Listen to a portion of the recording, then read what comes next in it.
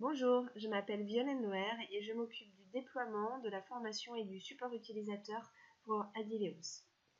Adileos, tout d'abord, c'est une association apolitique et aconfessionnelle qui démarre d'un constat qui est le manque d'outils informatiques pour les structures sociales et les personnes en grande précarité.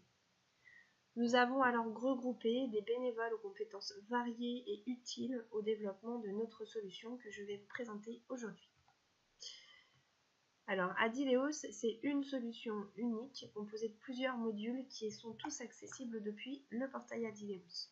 Dans un premier temps, je vais vous énumérer les modules qui sont à destination des bénéficiaires, qui sont alerte SMS météo et alerte SMS canicule, puis qui va servir pour les bénéficiaires, mais aussi pour les structures sociales. Ça s'appelle consigne numérique, c'est Doc Dépôt, c'est le coffre-fort numérique. Et enfin, pour les structures sociales, un ensemble de modules qui va permettre de suivre l'activité d'une structure, donc journal de bord, suivi individuel des bénéficiaires, rappel de rendez-vous, hébergement et bagagerie. Je vais vous les présenter un par un. On va commencer par Doc Dépôt, qui est un espace de stockage gratuit et sécurisé pour pouvoir stocker des photos, des documents importants ou des informations essentielles d'une personne en grande précarité. Notre façon de fonctionner est qu'il y a un espace de partage pour des documents administratifs qui puissent être partagés avec les acteurs sociaux d'une structure. Les fonctions principales de Doc Dépôt, c'est qu'on peut déposer dans Doc Dépôt par SMS ou par mail, qu'on peut constituer un dossier et l'envoyer depuis Doc Dépôt, et qu'on peut envoyer un SMS ou un mail aux bénéficiaires. Et Doc Dépôt est un module qui est simple d'utilisation, qui a dimension nationale puisqu'on est installé à Marseille par exemple et à La Réunion, et qui est multilingue. Alors j'ai mis cotisation libre pour le tarif parce que pour l'instant c'est gratuit et vous pouvez l'utiliser de façon gratuite. Mais si vous avez envie de nous soutenir, vous pouvez aussi nous donner un petit peu d'argent. Voilà.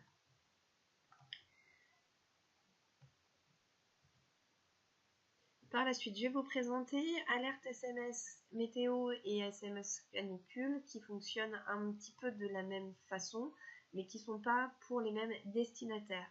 SMS météo est vraiment à destination des personnes sans abri pour les prévenir des aléas climatiques qui peuvent être impactants pour leur vie. Donc le grand froid, les pluies et les canicules. On s'inscrit pour avoir alerte SMS météo sur son téléphone portable depuis un numéro de téléphone ou alors depuis le site internet, et alors là c'est complètement gratuit.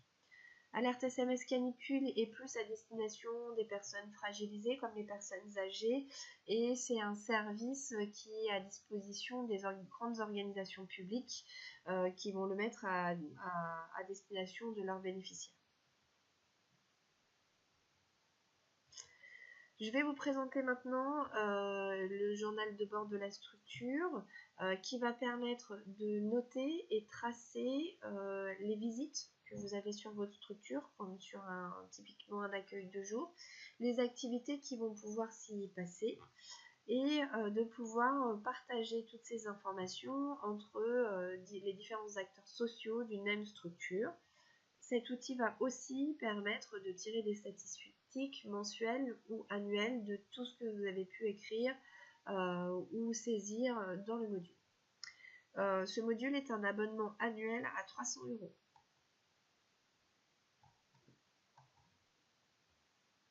Je vais vous présenter maintenant suivi individuel et rappel de rendez-vous qu'on a couplé puisqu'ils fonctionnent quand même ensemble. Donc suivi individuel permet de noter les entretiens qu'on fait avec que vous faites avec vos bénéficiaires. Vous pouvez déposer des documents sur la fiche d'une personne et vous pouvez constituer des plans d'action. Bien sûr, il y a aussi des statistiques mensuelles et annuelles tirées sur les différents types de motifs d'entretien, réponses d'entretien, partenaires.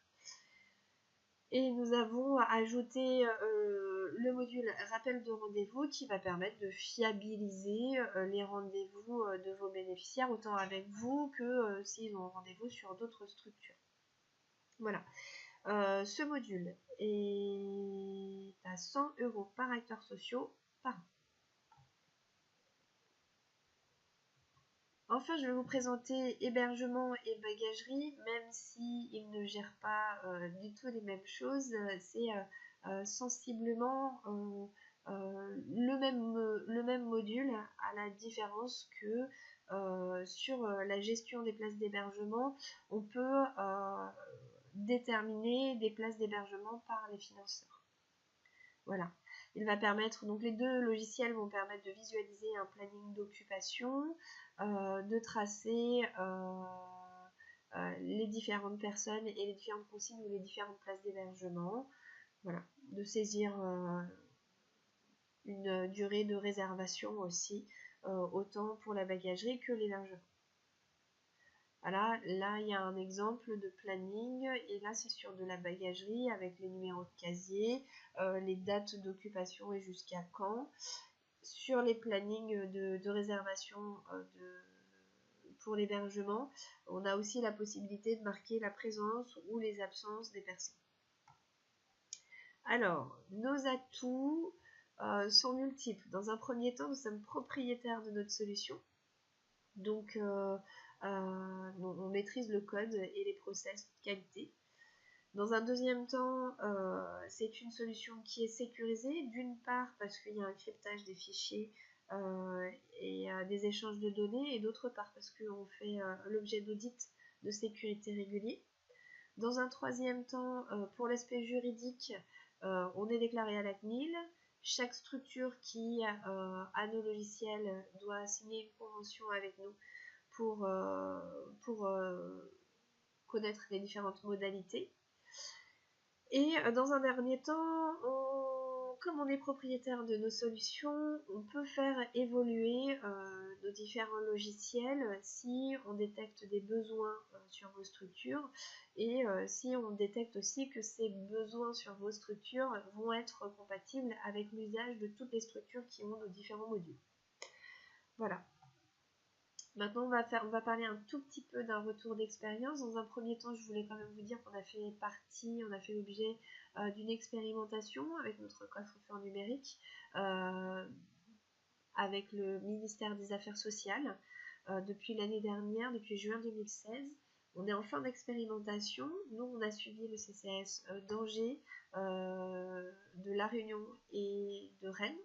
Et que en fin d'expérimentation, on est à peu près à 800 coffres forts ouverts dans les différents CCS, dans l'ensemble des différents CCS.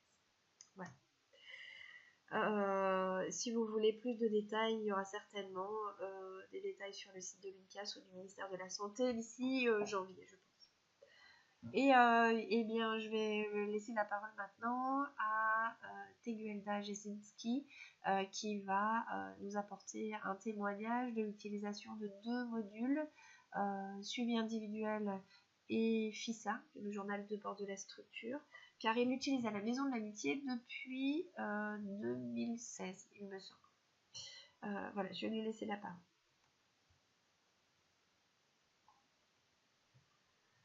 Et dans un dernier temps, je voulais juste revenir que si vous souhaitez une présentation plus complète, n'hésitez pas à me contacter. Vous avez tous nos coordonnées à la fin des slides. Est-ce que vous avez des questions ?